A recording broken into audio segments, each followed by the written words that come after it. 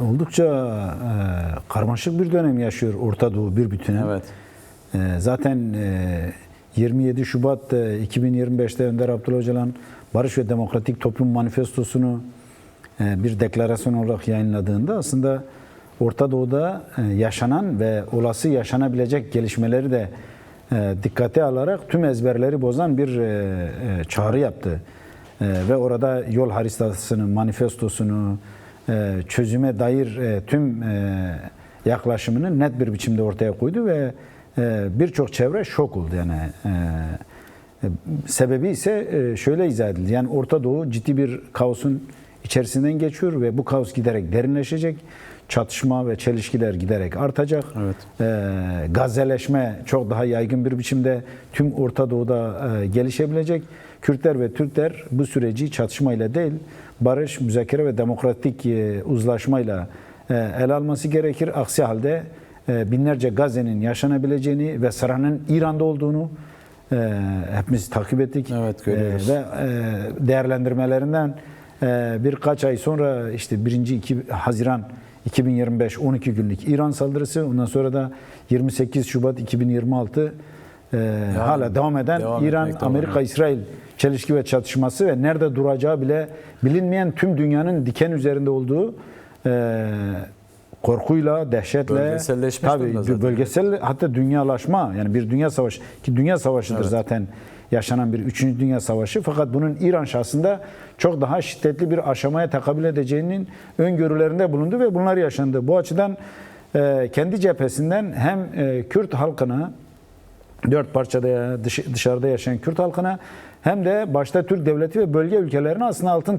tepside bir demokratikleşme ve barış deklarasyonu sundu. Çözüm perspektifi sundu. Öyle çok irrasyonel bir talep değildi. Öyle sıra dışı diyor ya, gerçekliği olmayan bir yaklaşım değildi. Tamamen gerçekliğe dayalı.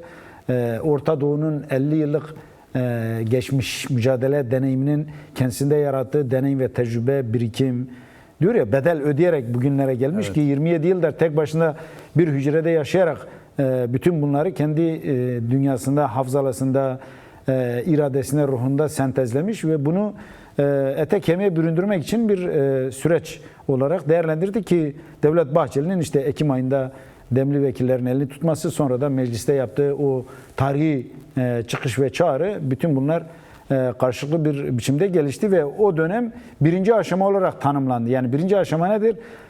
Adını koyma ve PKK'nın Önder Abdullah Öcalan öncülüğünde ve önderliğinde tarihsel adımlar atarak, başta da belirttiğim, hiç kimsenin beklemediği işte ateşkes çağrısı, yani süreç çağrısı yaptı. 27 Şubat, 1-2 Mart'ta PKK ateşkese riayet etti. Daha doğrusu ateşkes pozisyonuna geçti. 5-7 Mayıs'ta kongresini gerçekleştirdi ki bir yıl geçtikten sonra da sevgili Mustafa Karasu ve Heval Sozdar Havas da basın toplantısıyla bir yıl değerlendirmesini yaptılar hareket adına. Olarak, 11 Temmuz'da silahların yakılması, 26 Ekim, Kasım ayında 26 Ekim'de tekrar geri çekilen sınırda tehdit oluşturabilecek bazı provokasyonlar zemin olabilecek üstlenme alanlarından ve Türkiye'den tüm güçler çekildi. Yani 1. aşamada %90 Önder Apo'nun öncülüğünde ve önderliğinde ve perspektifinde Kürt halkının ve siyasi hareketinin yürüttüğü bir süreç var. Buna mukabil Devlet Bahçeli'nin yaptığı müspet değerlendirmeler var. Yani doğru tespit etmek gerekirse işte meclise gelip konuşması, statüsünün belirlenmesi, umut hakkının tanınması, buna benzer tartışmanın önünü açabilecek rahat bir zemin oluşturabilecek çıkışlar ve değerlendirmeler yaparak aslında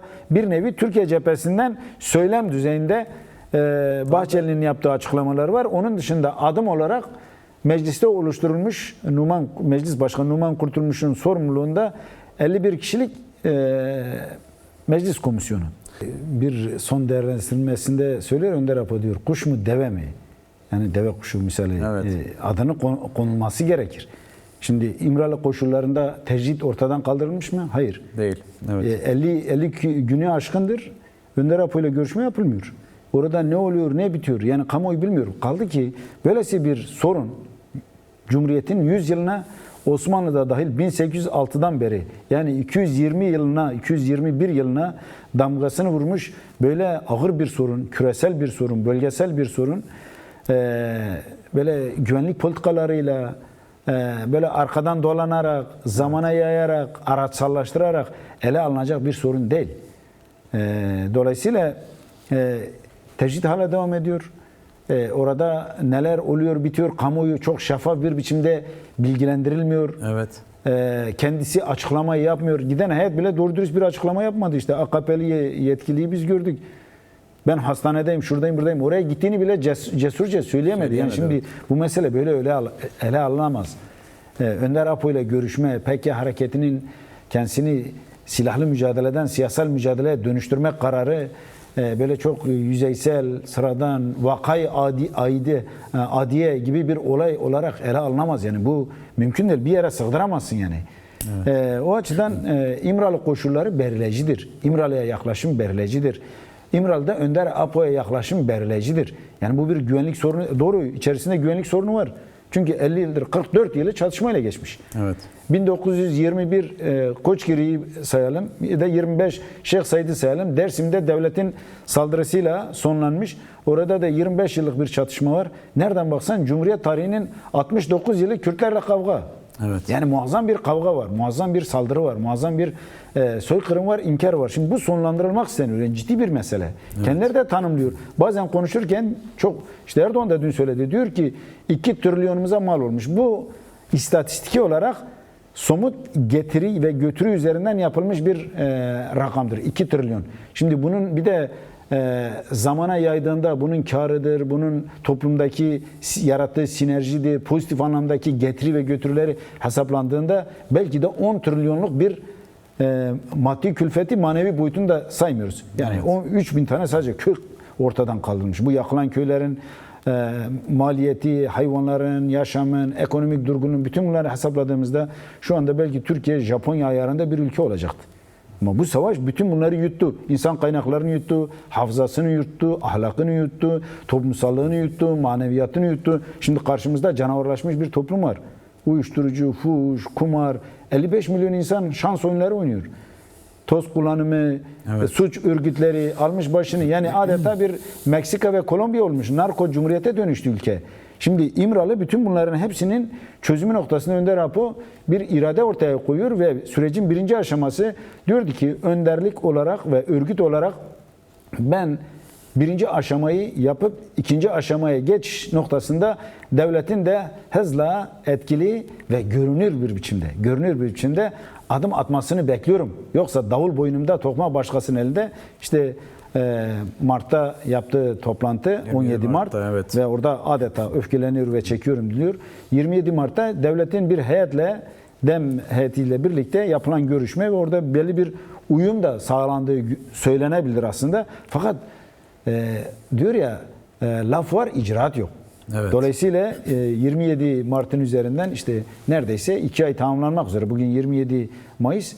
5-6 gün sonra 2 ay dolmuş olacak. Hala İmralı'da o 27 Mart'ta tartışılan hatta uzlaşılan noktalar hangi boyuttadır, hangi düzeydedir, hangi aşamadadır, hangi tempodadır, hangi derinlikte, ciddiyete ve kararlılıktadır kamuoyu tabii ki merak ediyor. Evet. Ve bütün bunlar netleşmediği zaman da sürece kaygılı yaklaşım, sürece ikircikli yaklaşım, sürece güvensizlik üzerinden özellikle devlet ve hükümet boyutu.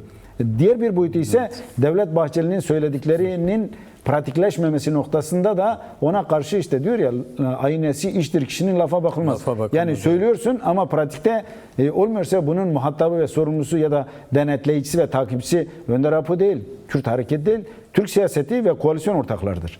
Salla gitsin amiyane tabirle evet. Zamana yayma, böyle gündemden düşürme, ciddiyetten düşürme, anlamsızlaştırma, dedik ya vakayı adiye üzerine inşa etme. Fakat şöyle bir şey var. Şimdi biz dedik ya 27 Şubat 2025'te Önder Apo Barış ve Demokratik Toplum Manifestosu yayınladı. 18 Mayıs 2026'da yani 15 ay sonra Devlet Bahçeli kendi cephesinden bir manifestoyla aslında sürecin ikinci aşamasına tekabül eden bir belge ortaya koydu. Yani onu o şekilde okumakta yarar var. Yani bu yayınlanan belgenin içeriğini tartışacağız. Bu şu anlamada gelmiyor. Mesela Kürt kamuoyu bazen çok total ele alıyor, bütün ele alıyor. Sanki bunu Kürtler onaylamış, kabul etmiş, rızası var üzerinden. Evet. Hayır. Nasıl önderliğin ortaya koyduğu Barış ve Demokratik Toplum Manifestosu tüm Türkiye siyasetince %100 kabul edilmiyorsa, Devlet Bahçeli'nin ortaya koyduğu manifestoda Kürt tarafından %100 kabul edilecek anlamına gelmiyor ki bunun birinci dereceden muhatabı Kürt Özgürlük Hareketi, hatta Önder Apo'dur. Çünkü baş müzakerecidir. Evet. 5-7 Nisan 2025'te PKK'nın 12. Fesih Kongresi'nde maddesi odur. Evet. Yani baş müzakereci Önder Apo olarak tanımlanmış kongre kararıdır. Dolayısıyla kongrenin gerçekleşmesi de Önder Apo'nun statüsünün netleşmesine bağlayıcı bir kararı da vardır. Evet. Dolayısıyla burayı işte manipüle ediyor. Özellikle tabii, AKP, MHP kesinlikle manipülasyon, çok ciddi bir manipülasyon ve özel savaş politikası yürütülüyor. Yani süreci böyle anlamsızlaştırma, ağırlığını ve ciddiyetini böyle sıradanlaştırma üzerinden bir algı yaratma durumu var. Kriminalize etme, terörize etme. Evet. İşte en son belgede de belirtildiği gibi sosyal statü, siyasal statü. Hayır, bu sürecin 3 tane temel aktörü var. Bir, Cumhurbaşkanı Recep Tayyip Erdoğan, muhalefet ortağı MHP lideri Devlet Bahçeli ve Kürt Halk Önderi PKK'nın kurucu Önder Apo, Abdullah Öcalan. Bu üçü bu sürecin esas temel aktörüdür. Dolayısıyla bu üçünün söyleyeceği laf ve atacağı adımlar taraflarca bağlayıcıdır. Fakat Devlet Bahçeli'nin bu noktadaki bağlayıcı yaklaşımları AKP cephesinde, koalisyon ortağı cephesinde ipe un serme üzerinden hep zamana yayıldı. İşte bu sene olmadı. 2026'ya sarktı. 2026'da Mart denildi. Sonra bayram denildi. Ramazan bayramı bitti. Şimdi Kurban Bayramı. Kurban Bayramı bitecek, adli tatil. Ondan sonra sonbahar. İşte ne yapalım? Zaman geçsin. Orta Doğu'daki gelişmeleri görelim. İran'ı görelim. Suriye'deki entegrasyon sürecini görelim. İsrail'in politikalarını görelim. Şimdi Erdoğan da dün aslında kendisi bir şeyi itiraf etti yani. Evet. İkrar da etti. Yani diyor ya, süreç söyletene mi bak, söyleyene mi bak demek gerekir de herhalde gelişmeler söyletti. Yani şimdi Önder Apo niye size Makedonya örneğini verdi? Niye size Bulgaristan örneğini verdi? Niye Balkanlaşma örneğini verdi? Açın tarihinizi okuyun. Şimdi binlerce insan dağda silahlı oraya piknik yapmaya gitmemişler. Evet. Elma çalmaya gitmemişler. Değil mi? Zevk-i sefa için gitmemişler. Kendi feda etmiş, feda insanlardır. Ve 44 yıldır aralıksız Türkiye Cumhuriyeti Devleti'ne karşı silahlı mücadele yürütmüş. Şimdi böyle bir hareketin silahlı mücadeleden siyasal mücadele alanına geçişinin tarifi Önder Apo'nun pozisyonunun tarifine bakmak gerekir. Şimdi burada bu belge, 26 sayfalık belge daha çok Türkiye kamuoyuna ve Türk siyasetine, bana göre de daha çok AKP'ye yönelik yazılmış bir yazılı belgedir. Çünkü üzerinde çalışılmış, bellidir yani, sadece bir konuşma metni değil. Akademisyenler, siyaset bilimciler, istihbaratçılar, sosyologlar gerçekten belge üzerinde ciddi bir çalışma yürütmüşler ve orada öz olarak şunu demekte yarar var. Devlet Bahçeli'nin 22 Ekim'de DEM Parti sıralarına gidip mecliste işte PKK kurucu önderi Abdullah Öcalan gelsin mecliste konuşsun, umut hakkı tanınsın diyen Bahçeli biraz Tornistan yapmış. Yani geriye çark etmiştir. Evet. Şimdi burada neye geriye çark etmiştir? Bir, Önder Apo'nun statüsünün sosyal statüyle sınırlandırılması. Bu böyle değil. Olamaz da. Çünkü siz mecliste 51 kişilik bir komisyon kurdunuz. Evet. Bu komisyon gidip Önder Apo ile görüştü. Bu siyasallaşmıştır. Evet. Muhatabı meclistir. Muhatabı İbrahim Kalın değildir. Muhatabı güvenlik müsteşarı değildir. Muhatabı Emniyet İçişleri Bakanı değildir. Bu muhatap Türkiye Cumhuriyeti Devleti'nin milli meclisidir. Hükümetidir. Dolayısıyla bu sorun anayasal bir sorundur. Yasal bir sorundur. Güvenlik sorunu 50 yıllık geçmiş süreçte ele alındı. Fakat bu politikalarla zaten çözülmediği için böyle bir aşamaya geliniyor. Yine Bahçeli'nin, ben orada hemen şunu da hatırlatarak devam et istersen buradan. Şimdi Bahçeli'nin o yazıda Önder Apo'nun tutukluluk halinin saklı kalması ibaresi de var orada. Şimdi Önder Apo özgür olmadan verilecek statünün bir anlamı olacak mı? Şimdi 2010-15 arasında çözüm sürecini hatırlıyorsan Önder Apo'nun bir değerlendirmesi vardı. Diyordu Kürt sorunun çözüm sürecini araçsallaştırmayın. Evet. Araçsallaştırırsanız darbe mekaniği devreye girer ve Türkiye'yi siz darbeden kurtaramazsınız. Bak Türkiye 2015'ten bu yana muazzam bir darbe mekaniği içerisindedir. Yaşa. Suriye'de de bir darbe mekaniği hareketlendi ve çok güçlüdür. Gene Önder Apo'nun müdahalesiyle bu darbe mekaniği kısmen de olsa Engellendi, evet. nötralize edildi, bitmedi. Ama şu anda İran ve Irak'ta yaşanabilecek gelişmeler, İsrail, Amerika'nın Orta Doğu politikaları ve NATO'nun yeni eksen kayması stratejisi Orta Doğu'da, özellikle Orta Doğu'da Kürtlere ve Türklere ve peşi sıra bölgedeki diğer dinamiklere neler getirip neler götüreceğini kimse kestiremez, öngöremez. Dolayısıyla bu çok kaotik bir durumdur ve Evet. tasmanik etkileri olur. Yani domino etkileri olur. Bu açıdan Önder Apo'nun konumu öyle işte esaret koşulları devam edecek. Şimdi kurucu önder diyordun. Meclise gelsin konuşsun. Meclise gelip konuşmak değil mi? Yani artık askeri ya da yasa dışı bir örgüt değil. Meclise neyle gelinir? İradeyle gelinir. Meclis halkın iradesinin tecelli ettiği yerdir. Gelip konuşacaksa o zaman bir iradi tecelli söz konusu olacak. Evet. Şimdi ne değişti de o günden bugüne silahlı mücadeleyi durdurdu. PKK fesini sağlattı. 1,5 yıldır ne Kürt'ün anası ne Türk'ün anası ağlamıyor. Kürt evlatları, Türk evlatları ölmüyor. Bütün bunların yaklaşımından sonra bir de orada aslında çok çelişkili bir tanımlama var. Diyor ki lider önderlik karakterli bir harekettir.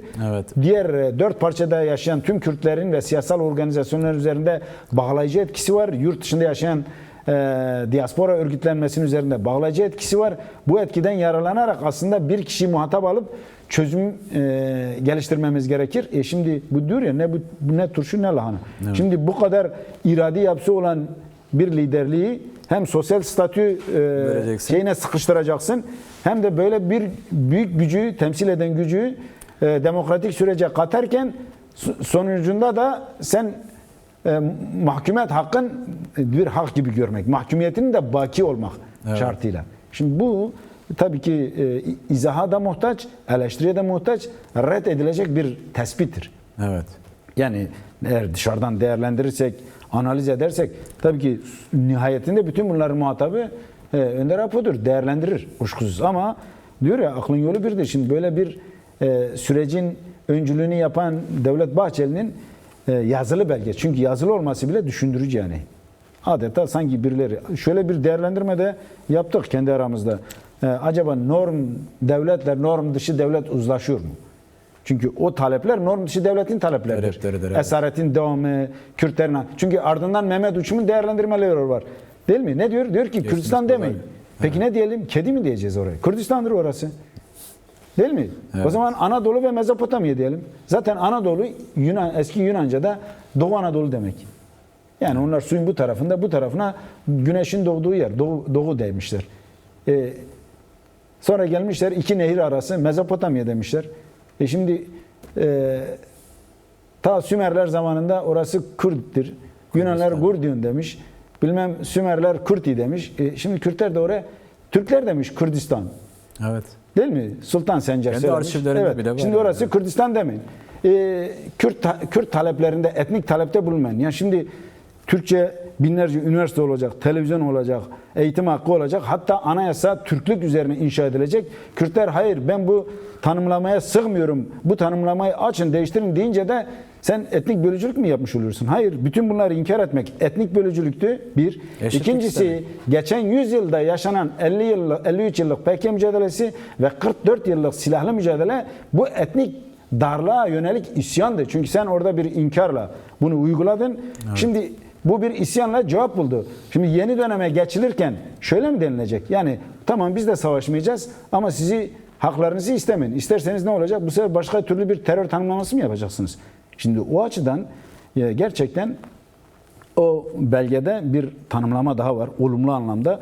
Diyor ki bütün bu sürecin çok başlık olmaması, her kafadan bir ses çıkmaması için bir koordinasyona kavuşturulması gerekir. Evet. Çünkü manipüle ediyor. Doğru. Bunu sadece Ümit Özdağ manipüle etmiyor. İYİ Parti manipüle etmiyor. Mehmet Uçum da manipüle ediyor. AKP'nin Savunma Bakanı manipüle ediyor. Dışişleri Bakanı manipüle ediyor. Evet var bazı. Yeni Şafak'ta bazıları manipüle ediyor. Karar Gazetesi'nde bazıları manipüle ediyor. Yani böyle var çünkü devlet öyle çok homojen bir güç değil. Heterojendir ve bir sürü odak var yani. bölgesel güçlerin, iç güçlerin yıllarda bu savaştan beslenmiş kliklerin mesela Ağar ve ekibi nasıl elimine edilecek? Soylu ve ekibi nasıl elimine edilecek? Yani işte Dersim'de 6 yıl sonra Gülistan Doku meselesi ortaya çıktı. Bu bir kirli savaş politikasıdır. Ve bunun gibi binlerce olay var.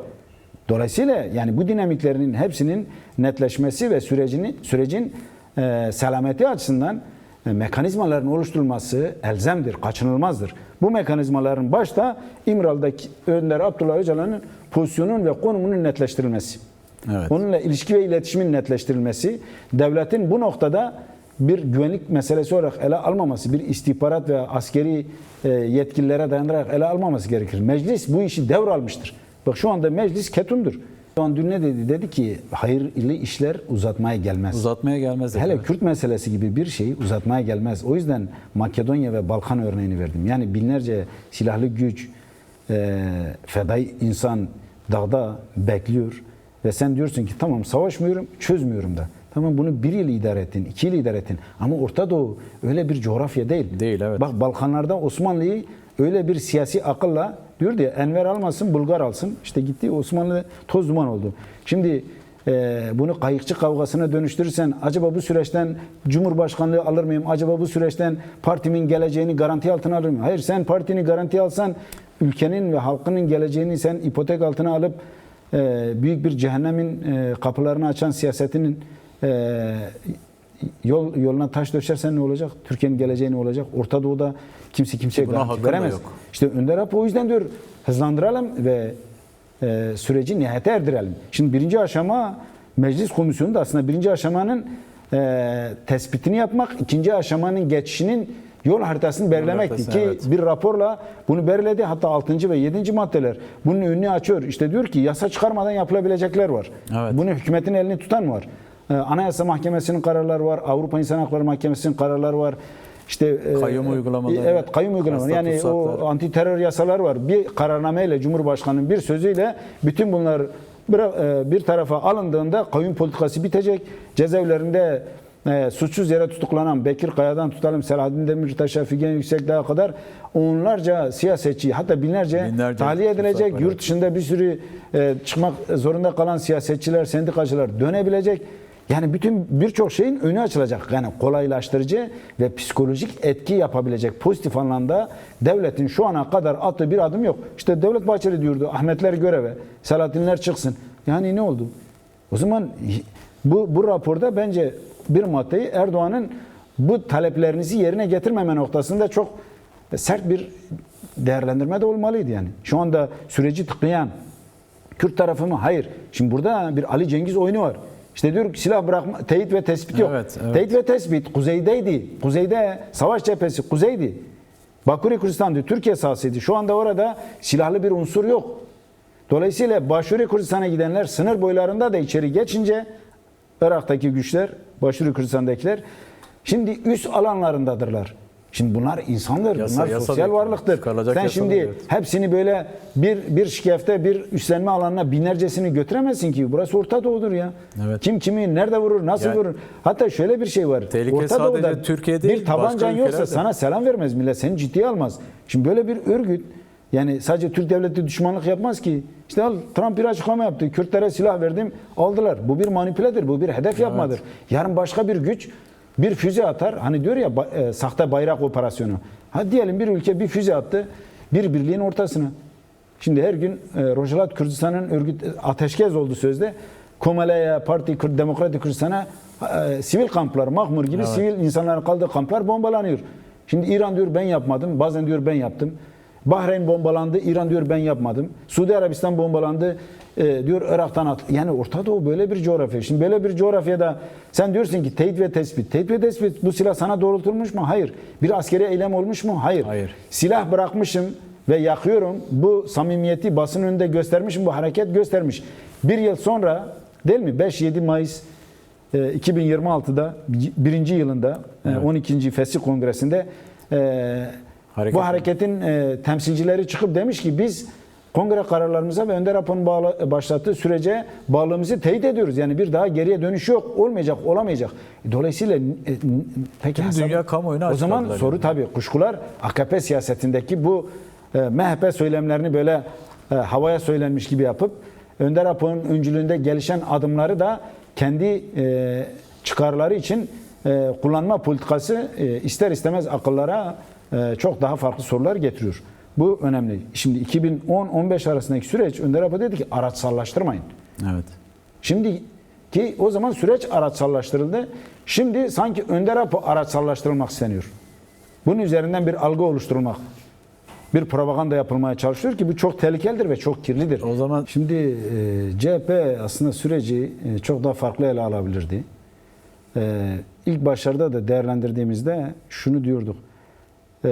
Bu demokratik barış ve demokratik toplum sürecini sabote edecek iki temel dinamik zemin var. Birisi Rojava'dır, birisi CHP yönelik operasyonlardır. evet. Şimdi Rojava büyük bir bedelle ve Önder Apo'nun sağduyusu ve öngörüleriyle şimdi nötralize edildi. Belli bir entegrasyon süreci benzeri konuşulabilir, eleştirilebilir ama orada çatışmasızlık pozisyonuna geçildi.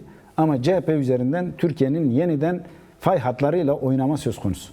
Evet. Bunu CHP'nin çok iyi görmesi gerekir. Aslında CHP'nin yürüttüğü siyasetle AKP'nin yürüttüğü siyaset birbirine zıt gibi görünse ama kurgu olarak, mentalite olarak aynıdır. Biri AKP'nin geleceği, bekası ve Erdoğan'ın Cumhurbaşkanlığı üzerine inşa edilmiş. Yani kişiler üzerine ve parti çıkarları.